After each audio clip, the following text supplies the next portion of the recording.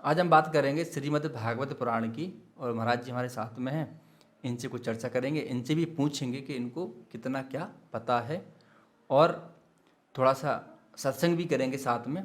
आप लोग कमेंट जरूर कर दिया करो। आपका अगर कोई प्रश्न है जिस पर आप चाहते हो कि इस पर हम चर्चा करें, सत्संग करें, कोई भी संवाद है, कोई भी कांड है, या फिर कोई भी अध्याय है, तो महाराज ये बताओ, श्रीमद् भागवत पुराण पढ़ा है आपने? हाल ये पूछ रहा हूँ, श्रीमद् भागवत पुराण का सारांश क्या है, इतना बता दो। सत्य के मार्ग पे चलना, सत्य और असत्य में दोनों का परिच्छेद करना, यही उसका श्रीमद् भागवत पुराण में किसके चरित्र का वर्णन है? ये तो गुरुजी थोड़ा नहीं पता। मतलब ये पता नहीं है। कथा है, मतलब श्रीमद् भागवत पुराण का चरित्र को प्रस्तुत करती है, विष्णु और एवं श्री कृष्ण, विष्णु भगवान और श्री कृष्ण का चरित्र प्रस्तुत करती है। अच्छा, तो उसमें ठीक है, बहुत सारी अनेकों चीज़ें। प्रकार की कथाएं हैं गुरुजी उसमें। अब मैं आप लोगों को थोड़ा सा बता देता हूँ, सुन लो आप लोग भी। श्रीमद् भागवत पुराण में 12 स्कंद हैं, 335-36 अध्याय के आसपास इसमें कुल आते हैं। कहीं कहीं 335 अध्याय हैं, वैसे 335 अध्याय स्टैंडर्ड ही मान लो। इसके बाद इसमें 3 संवाद भी हैं। कौन कौन से हैं संवाद? परीक्षित जी का है, सुखदेव जी परीक्षित जी का है, परीक्षित ठीक है। सनकादि ऋषियों का है, सनकादिक ऋषियों का है, और सौनक ऋषियों का है, सौनक ऋषि का, ठीक है। नारद जी का भी है। तो कहने के तात्पर्य यह है कि 3 संवाद हैं, 335 अध्याय हैं और 12 स्कंद हैं। अब मैं पूछूं कि इसका मूल क्या है, इसका मूल क्या है, इसका मूल सारांश क्या है? तो मूल सारांश यही है कि भगवान के चरित्र इसमें प्रस्तुत किए गए हैं। तो कहने का तात्पर्य है कि उनके दिव्य चरित्रों का अनुसरण तो हम कर ही नहीं सकते, लेकिन हम इतना तो कर ही सकते हैं महाराज कि उनको पढ़कर जितना हो सकता है 5% 10% हम अपने जीवन में उतार सकते हैं। तो भगवान के दिव्य चरित्रों का इसमें वर्णन है। और इसमें जो गीताएं हैं, जैसे भिक्षु गीता है, उद्धव गीता है, अवधूत गीता है, ये बड़ी महत्वपूर्ण है। ये गीता इनको पढ़ने से हमारे समाज का जो विकास है वो उन्नति करने लगता है महाराज। हमारे समाज में जितनी भी कुरीतियाँ फैली हैं, हमें परिवार में कैसे रहना चाहिए, अच्छे राष्ट्र का निर्माण हम कब कर सकते हैं? जब हम शास्त्रों का अच्छे से वाचन करेंगे, यदि श्रीमद् भागवत पुराण का वाचन करेंगे। तो श्रीमद् भागवत पुराण की अगर हम लोग बात करें तो उसमें भगवान के चरित्रों के वर्णन के साथ साथ एक अच्छा मार्गदर्शन भी है, एक राजा के क्या कर्तव्य होते हैं। और सबसे ज़्यादा जो विषय हैं उसमें उपासनाओं के हैं। कहने का तात्पर्य ये कि मोक्ष के लिए बहुत अच्छा विषय है कि आप अगर वास्तव में विषयों से मुक्त होना चाहते हो, विषय भोग से, इन साधनों से, तो इनका बहुत अच्छा साधन बन सकता है श्रीमद् भागवत पुराण, जिससे आपकी हर प्रकार के जो तृप्ति है मन में वो पूरी हो जाएगी। इनकी दुनिया के जो भी प्रश्न हैं, इनकी सुखदेव जी से राजा परीक्षित जब पूछते हैं कि प्रभु एक चीज़ बताओ कि मनुष्य जब जन्म लेता है तो उसके कर्तव्य क्या होते हैं?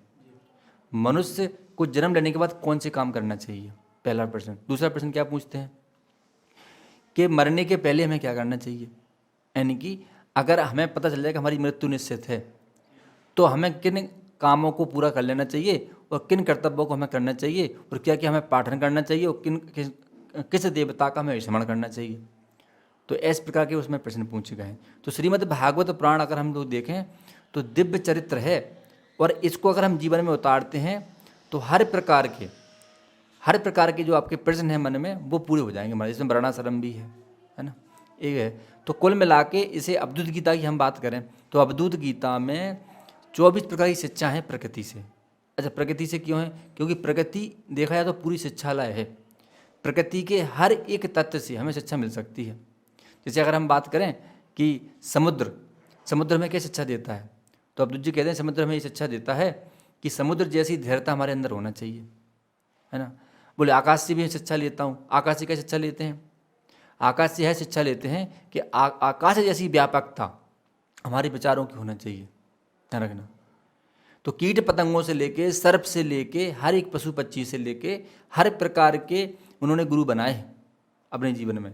तो प्रकृति पूरी शिक्षालय है, बस हमें खोजने की आवश्यकता नहीं है, बस हमें खाली चिंतन करने की आवश्यकता है और देखने की आवश्यकता है। तो श्रीमद् भागवत पुराण में जो स्कंद है वो बड़े महत्वपूर्ण है। अच्छा, एक चीज़ और है, जैसे प्रत्येक अध्याय जो होते हैं अन्य विषयों के, जैसे अगर हम रामायण की बात करें तो रामायण किस में विभक्त है? कांडों में, कांडों में व्यक्त है। ठीक है। इसके बाद उपनिषद किस में विभक्त हैं? उपनिषद किस में विभक्त हैं? बल्लियों में, बल्लियों में, जी गुरुजी। ठीक है। आओ मनुस्मृति, हाँ, ये बल्ली है ना? मनुस्मृति किस में विभक्त है? अच्छा, मनुस्मृति गुरुजी आपका ये अध्यायों में विभक्त है। ये अध्याय में है। हाँ, महाभारत, तो महाभारत किस में? पर्वों में है ये। तो पर्वों में विभक्त है। तो ये जो हमें पता होना चाहिए कि कौन से शास्त्र किन विषयों में निषिद्ध हैं, निहित हैं उसमें। इसका हम विशेष तौर पर कारण देखिए, ऐसे प्रश्न कभी भी पूछ लेते हैं आपसे। अच्छा, पर्वों की बात आ गई, तो कितने पर्व हैं कुल? तो क्या इसमें पर्व होंगे 18 पर्व हैं। होंगे, हाँ। अच्छा, गीता कौन सी पर्व का हिस्सा है, अंग है? अनुशासन पर्व, भीष्म पर्व या अनुशासन पर्व? अनुशासन पर्व की गीता है। अनुशासन पर्व का है। तो महाराज बोल रहे हैं अनुशासन पर्व का है। भैया कमेंट करना है, सही बोल रहा है गलत बोल रहा है, आप लोग कमेंट करना, ठीक है, कि भीष्म पर्व है कि अनुशासन पर्व है। हर एक प्रश्न का अगर मैं जवाब दूंगा तो महाराज फिर आप क्या करोगे? तो आपको भी मैं काम दे रहा हूँ, कमेंट करना इन्होंने क्या गलत बताया, सही बताया।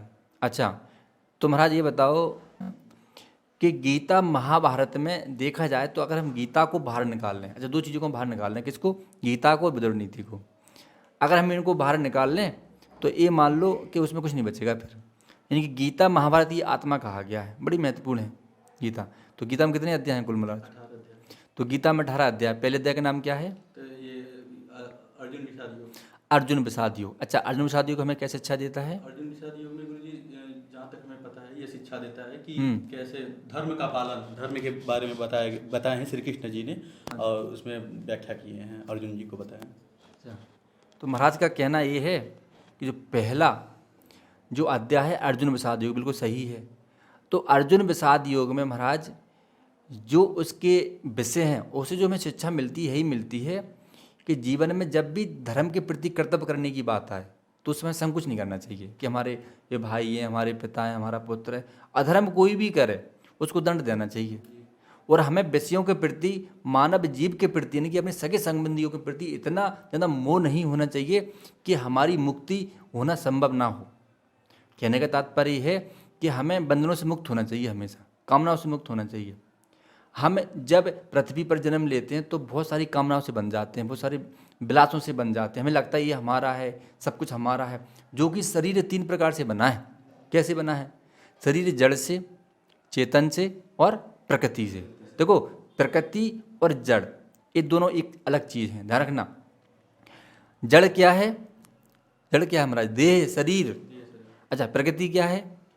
ये वायु, ये वातावरण जो एटमॉस्फेयर दिख रहा है। अगर वातावरण नहीं होगा, प्रकृति नहीं होगी, तो फिर हम आहार कहाँ से लेंगे?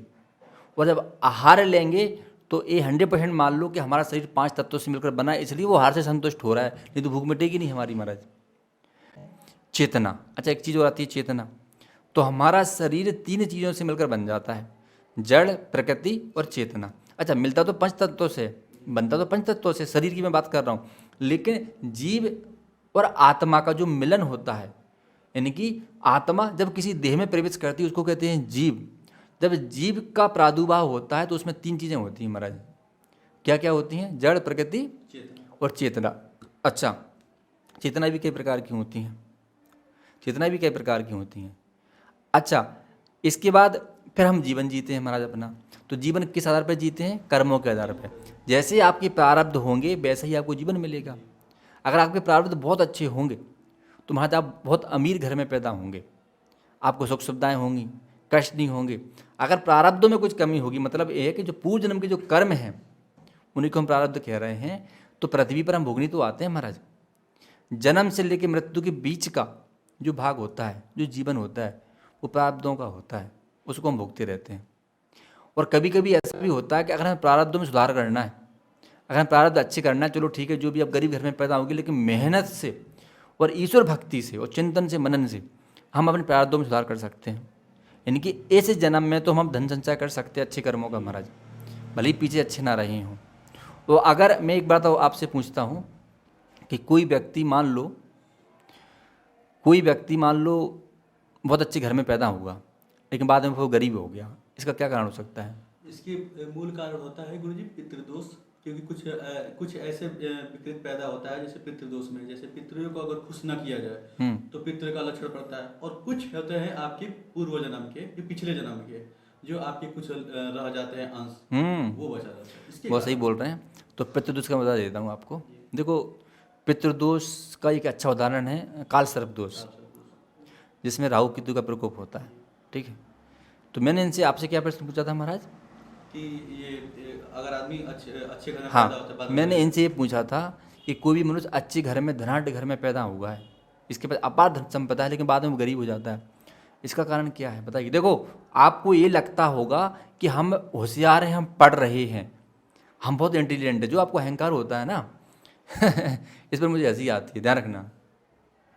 जो प्रेरणा आपको पढ़ने की मिली है, जो प्रेरणा आपको भगवान राम नाम की मिली है, जो प्रेरणा आपको भजन सत्संग यानी नवदा भक्ति की आपको जो प्रेरणा मिली है, वो ईश्वर की प्रेरणा है। ईश्वर की प्रेरणा के बिना तो भगवान राम का भी नाम नहीं ले सकते महाराज।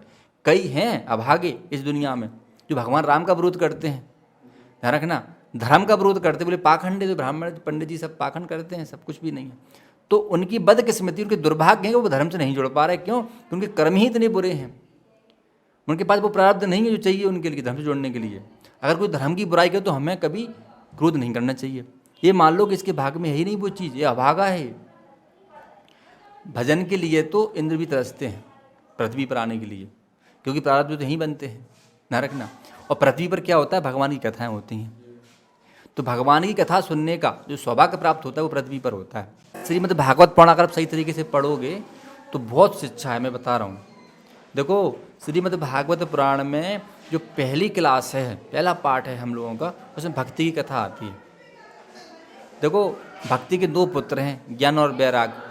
इससे में ये शिक्षा मिलती है कि अगर आपको भक्ति प्राप्त करनी है या आपको भक्ति लग जाए तो ज्ञान और वैराग दोनों साथ में मिल जाते हैं। आप बहुत होशियार हो पढ़ने में, बहुत इंटेलिजेंट हो, अगर आप अभ्यास नहीं करते यानी कि वैराग धारण नहीं करते तो वो एक दिन शून्य हो जाएगा महाराज। इसलिए कहा जाता है कि अगर भक्ति प्राप्त हो जाए तो आपको ज्ञान प्राप्त हो जाता है, अपने आप स्वतः ही ज्ञान मिल जाता है हमको।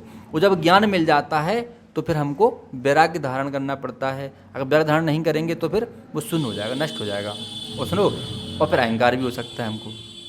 अहंकार किसे कहते हैं हमारे, बताइए अहंकार क्या है? घमंड और अहंकार, इसी को कहा जाता है। देखो, अज्ञानता ही अहंकार है। जिस व्यक्ति को ये पता होगा कि सब नश्वर है, सब नष्ट हो जाना है, जहाँ पे मैं बैठा हूँ, ये माइक है, ये पंखा चल रहा है, ये सब नश्वर, सबको मरना है एक दिन, सब नष्ट हो जाना है। लेकिन हम क्या करते हैं? हम अपने सगी संबंधियों से, अपने पुत्रों से, अपनी माता से, अपने वस्तुओं से, अपने शरीर से इतना मोह कर लेते हैं कि हमको ये लगता है ये तो हमारा है। जैसे एक एग्जाम्पल देता हूँ मैं आपको, सूर्य का प्रकाश पूरी पृथ्वी पर पड़ता है। सूर्य ही एक ऐसा स्रोत है जो ऊर्जा को हम तक पहुंचाता है, और उस ऊर्जा के माध्यम से, उस प्रकाश के माध्यम से हम इन आँखों से देख पाते हैं। आप बताइए, आपकी आँखें बहुत हेल्दी हैं महाराज, अगर प्रकाश ही नहीं रहेगा तो इन आँखों का कोई मोल है क्या? ऐसा ही होता है। तो सही में जो शक्ति है, जो चेतना है, आपकी जो इच्छा शक्ति है, जो ऊर्जा है आपके शरीर में, वो ईश्वर की है। एक प्रसंग आता है महाभारत में एक प्रसंग है कि जब अर्जुन सोचते हैं कि चलो हम कन्हैया से मिलकर आते हैं, द्वारका जाते हैं। जब द्वारका वो जाते हैं तो वहाँ पे भगवान श्री कृष्ण का पता चलता है कि वो तो चले गए, वो तो है ही नहीं, वो देवालोक गमन हो गया उनका, यानी कि वो अपने धाम चले गए। उनको बड़ा बुरा लगता है। अब वो वापस आते हैं। जब वो वापस आते हैं वहाँ से तो उनको कुछ लुटेरे रास्ते में लूट लेते हैं महाराज, यानी कि बहील उनको लूट लेते हैं। बताइए, अब वो खूब कोशिश करते हैं कि हम अपने तीर चलाएं, हम अपने हथियार चलाएं, हमारे पास अच्छे अच्छे शास्त्र थे, अच्छे पात्र थे, हैं। अब बताओ महाराज, यानी कि वो उनको लूट लेते हैं, वो लूट जाते हैं, धनुष बाण के छीन लेते हैं, कपड़े छीन लेते हैं उनके। बोलते मेरा शक्ति काम क्यों नहीं कर रही, क्या होगा? जब वो वापस आते हैं युधिष्ठिर उनसे पूछते हैं कि अर्जुन तुम तो बड़े भाग्यशाली हो, भगवान कृष्ण से मिलकर आए हो। बोलते कहाँ मिले, हम तो मिल ही नहीं पाए, वो तो चले गए। जब ऐसा सुनते तो बड़े दुखी हो जाते हैं, व्याकुल हो जाते हैं और वियोग में चले जाते हैं, विषाद करने लगते हैं कि हाय कन्हैया आप चले गए हम सबको छोड़कर। तो फिर अर्जुन बोलते हैं वो तो चलो ठीक है, चलो अच्छी बात है, जो भी होगा आप क्या करें, ईश्वर की इच्छा। लेकिन अब इसमें सोचने का विचार तो भैया ये है कि हम इतने बलवान थे कि हमने अच्छे अच्छे महारथियों को हमने खदेड़ दिया, हमने हरा दिया, और महाभारत हमने जीत लिया। उसमें एक से एक कर्ण, द्रोणाचार्य, भीष्म, ऐसे ऐसे योद्धाओं से हमने टक्कर ली है, बताइए। लेकिन आज हमको कुछ भीलों ने लूट लिया। कहाँ पर? आ रहे थे हमको जंगल में। तो युधिष्ठिर बोलते हैं सुनो, अब यहाँ पे एक बात ध्यान रखो, भगवान श्री कृष्ण पृथ्वी पर थे इसलिए सब माया चल रही थी। आपको ये लग रहा था कि ये शक्ति हमारी है, इनके आपको अहंकार हो गया था कि हम तो बहुत शक्तिशाली हैं। लेकिन आपको यही नहीं पता कि जो शक्ति आपको मिली थी वो भगवान श्री कृष्ण ने दी थी, यानी कि किसने दी थी? नर नारायण ने, इन्हें तीनों लोगों के स्वामी ने, पालनहार ने, भगवान विष्णु ने, उनकी माया थी। तो आपको अहंकार हो गया था कि वो शक्ति मेरी है, धनुष बाण मेरे हैं और मैंने बहुत मेहनत करी, मुझे बहुत अच्छा अनुभव है, लेकिन वो शून्य हो गया सब। यानी कि जैसे सूर्य अपना प्रकाश खींच ले तो सभी अंधे हो जाएं, ऐसे ही होता है। तो इससे हमें शिक्षा मिलती है कि जीवन में कभी भी हमें अहंकार नहीं करना चाहिए, क्योंकि आप जो भी कर रहे हो सब ईश्वर की ही प्रेरणा है, उसी की शक्ति है। हम तो खाली एक निमित्त मात्र हैं महाराज, एक कारण बने हुए हैं, एक माध्यम बने हुए हैं, करवा तो वही रहा है। इसलिए हमें कभी अहंकार नहीं करना चाहिए महाराज, ठीक है। तो सुबह चलो हम ऐसी सत्संग करेंगे। अगर आप चाहे तो कि ऐसी वीडियो हम और बनाएं तो आप लोग कमेंट जरूर करना, इस वीडियो को शेयर करना, अपने भाइयों तक पहुंचाना। मैं बहुत अच्छी जानकारी इस सत्संग के माध्यम से अब मैं आपको देने का प्रयास करूंगा, जिससे आपका साक्षात्कार बहुत अच्छा बेहतर हो जाए। कभी कभी कोई उपदेश पूछ लेते हैं तो आप लोग बता नहीं पाते हो, अड़क जाते हो, इसलिए आपको हर एक घटना शास्त्रों की पता होनी चाहिए। जय हिंद, वंदे मातरम।